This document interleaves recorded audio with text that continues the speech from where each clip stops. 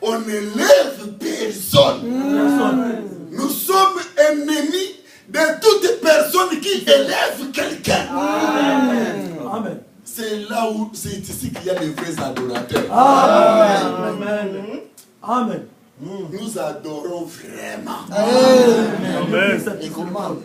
Amen. Parce qu'il faut expliquer aussi ces choses. Parce que les gens ont des problèmes trop sérieux avec.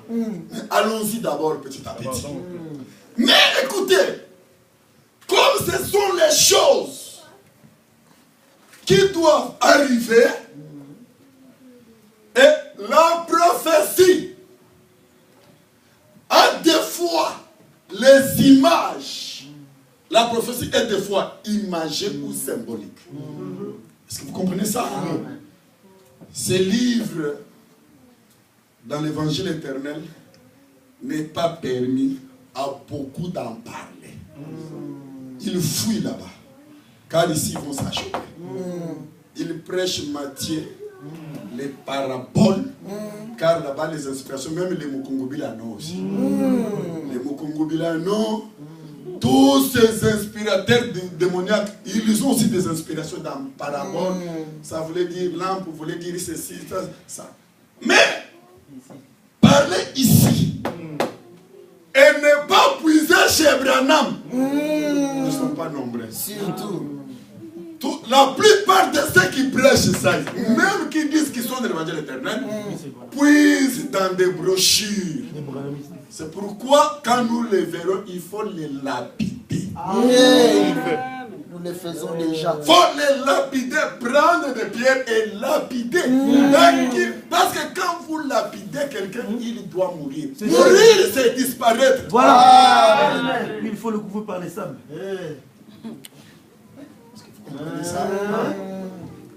Le passé nous sert à quoi? Est-ce que vous comprenez ça? C'est ici que vous devez avoir l'exactitude et la précision quand vous parlez. Quand vous parlez, vous savez, quand nous les autres, tellement par la fierté de comprendre ces choses, quand vous parlez, il faut parler avec cette fierté-là, avec essence. Donc vous ne parlez pas parce que vous avez une belle chemise.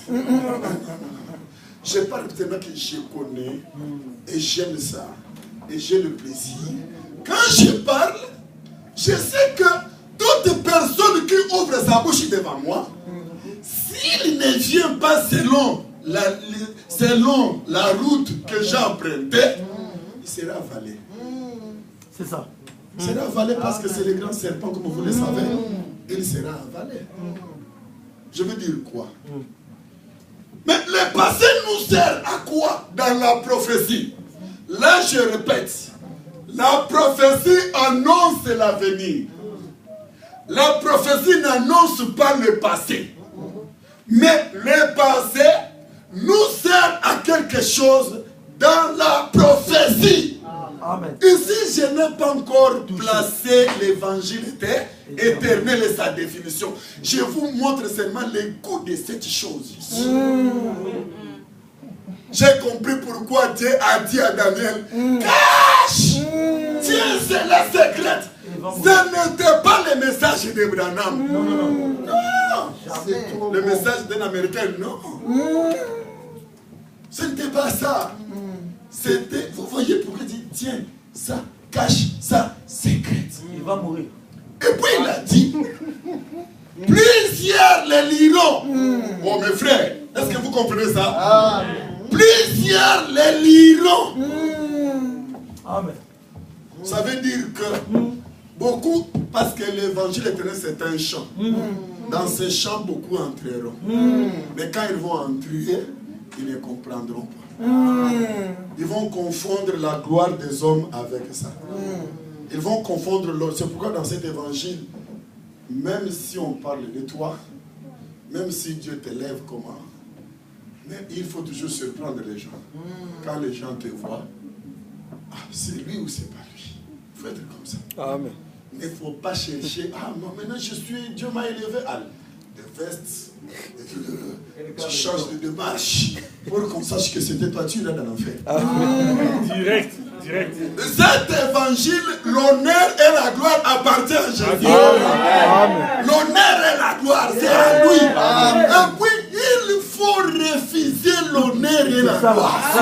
Un bon ministre, c'est celui qui se retire de l'honneur et de la gloire. Car il arrivera toujours les gens qui vont t'adorer.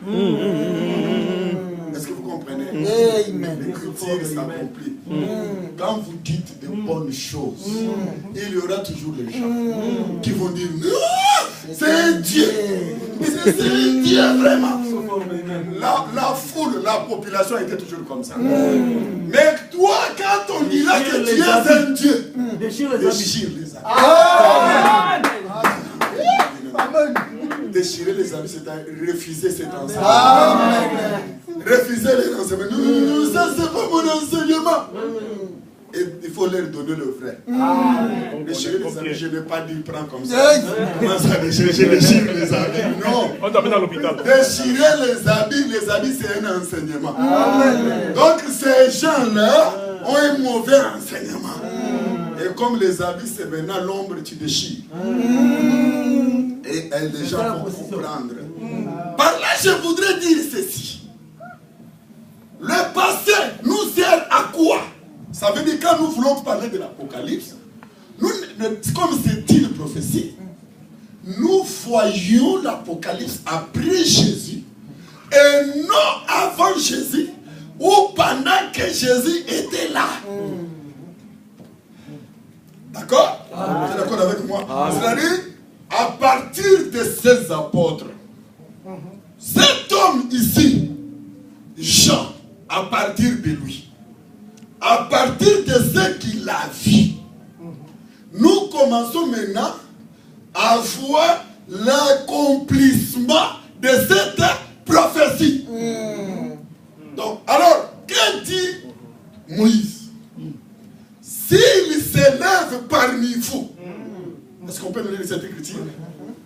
Prenez et notez, parce que nous avons les gens parmi nous qui doivent d'abord saisir aussi les écritures. C'est Deutéronome 13. Notez, ayez. Deutéronome 13. Lisez ça chez vous à la maison. S'il s'élève, Deutéronome chapitre 13 au verset 1. S'il s'élève au milieu de toi un prophète ou un songeur qui t'annonce un signe ou un prodige, et qui est accomplissement du signe ou du prodige dont il t'a parlé, en disant, allons après d'autres dieux, le Dieu que tu ne connais point, et servons-le. Ça mais il y a un autre. Pour dire, on reconnaît la vraie prophétie quand elle connaît l'accomplissement. Toujours là. C'est Deutéronome. Attends. Nous étions dans 13. Là, il doit y avoir. On reconnaît le vrai prophète quand il y a l'accomplissement de sa prophétie. C'est. Pardon. Ça existe ce passage. C'est lui que vous avez, il est un. Il faut bien lire. Comme j'ai toujours dit, il faut passer son séjour dans la Bible. C'est vraiment merveilleux. Je l'ai toujours dit. Quand vous lisez beaucoup, attendez. Reprends pour nous d'abord. Nous allons ajouter ce passage parce qu'il faut gagner le temps. Reprends d'abord le verset 1 là. Il y a une partie de cette écriture. S'il s'élève au milieu de toi un prophète ou un songeur, oui, qui t'annonce un signe ou un prodige, oui, et qui est accomplissement du signe ou du prodige, qui est accomplissement du signe ou du prodige. Mais nous allons vous ajouter, peut-être avant la fin de la prière, l'écriture. Vous en avez? C'est Deutéronome 18, voilà. Deutéronome 18, 22, parce que c'est ça qui nous amène dans notre test. Quand ce que dira le prophète n'aura pas lieu. Répète bien Deutéronome, il faut bien lire pour Deutéronome chapitre 10. Oui. 18. 18.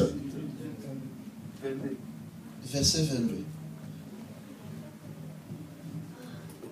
Quand ce que dira le prophète n'aura pas lieu et n'arrivera pas, ce sera une parole que l'Éternel n'aura point dite.